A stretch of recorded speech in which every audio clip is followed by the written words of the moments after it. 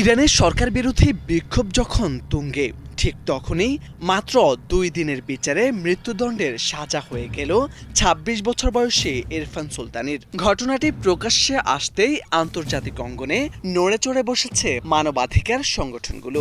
বিক্ষোভকারীদের ফাঁসি দেওয়া শুরু হলে অত্যন্ত কঠোর ব্যবস্থা নেওয়ার হুঁশিয়ারি দিয়েছেন মার্কিন প্রেসিডেন্ট ডোনাল্ড ট্রাম্পও। এরপর সবার আগ্রহের কেন্দ্রে একটি প্রশ্ন, কে এই ইরফান সুলতানি, কেন তাকে দণ্ডাদেশ দেওয়া হয়? ইরফানের বাড়ি ইরানের রাজধানী তেহরানের উত্তর পশ্চিমের শহর কারাজের ফারদিসে।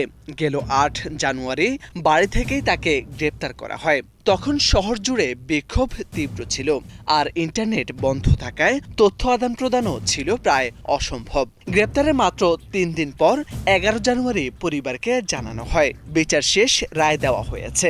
১৪ জানুয়ারি কার্যকর হবে ফাঁসির দণ্ড। পরিবারকে মাত্র ১০ মিনিটের জন্য শেষ সাক্ষাতের সুযোগ দেওয়া হয়। এসব তথ্য উঠে আসে বিভিন্ন গণমাধ্যমে। জানা গেছে ইরফান একজন পোশাক ব্যবসায়ী, তার একটি নিজস্ব কাপড়ের দোকানও রয়েছে। এছাড়াও তিনি একজন শৌখিন ফটোগ্রাফার হিসেবেও পরিচিত। ইরফানের বাবা মা বর্তমানে ইরানে বসবাস করছেন। গ্রেপ্তারের পর থেকে তারা মানসিকভাবে চরম বিপর্যয় অবস্থায় আছেন। পরিবারের ভাষ্যমতে ইরফান কোনো নির্দিষ্ট রাজনৈতিক দলের সঙ্গে সরাসরি যুক্ত ছিলেন না, তবে তিনি দেশের বর্তমান অর্থনৈতিক সংকট, দুর্নীতি এবং শাসন ব্যবস্থার পরিবর্তনের দাবিতে চলমান সাধারণ জনগণের স্বতঃস্ফূর্ত আন্দোলনে অংশ নেওয়াদের মধ্যে সামনের সারিতে ছিলেন। ইরফান বডি বিল্ডিং এবং খেলাধুলায় বেশ আগ্রহী ছিলেন। ফ্যাশনের প্রতি তার বিশেষ ঝোঁক ছিল এবং সম্প্রতি একটি বেসরকারি প্রতিষ্ঠানে কাজ শুরু করেছিলেন বলে জানা যায়।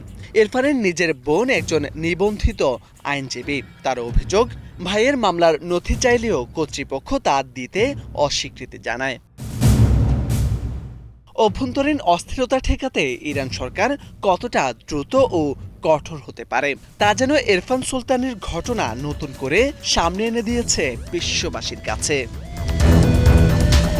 মোরশেদ আলম, বাংলা ভিশন।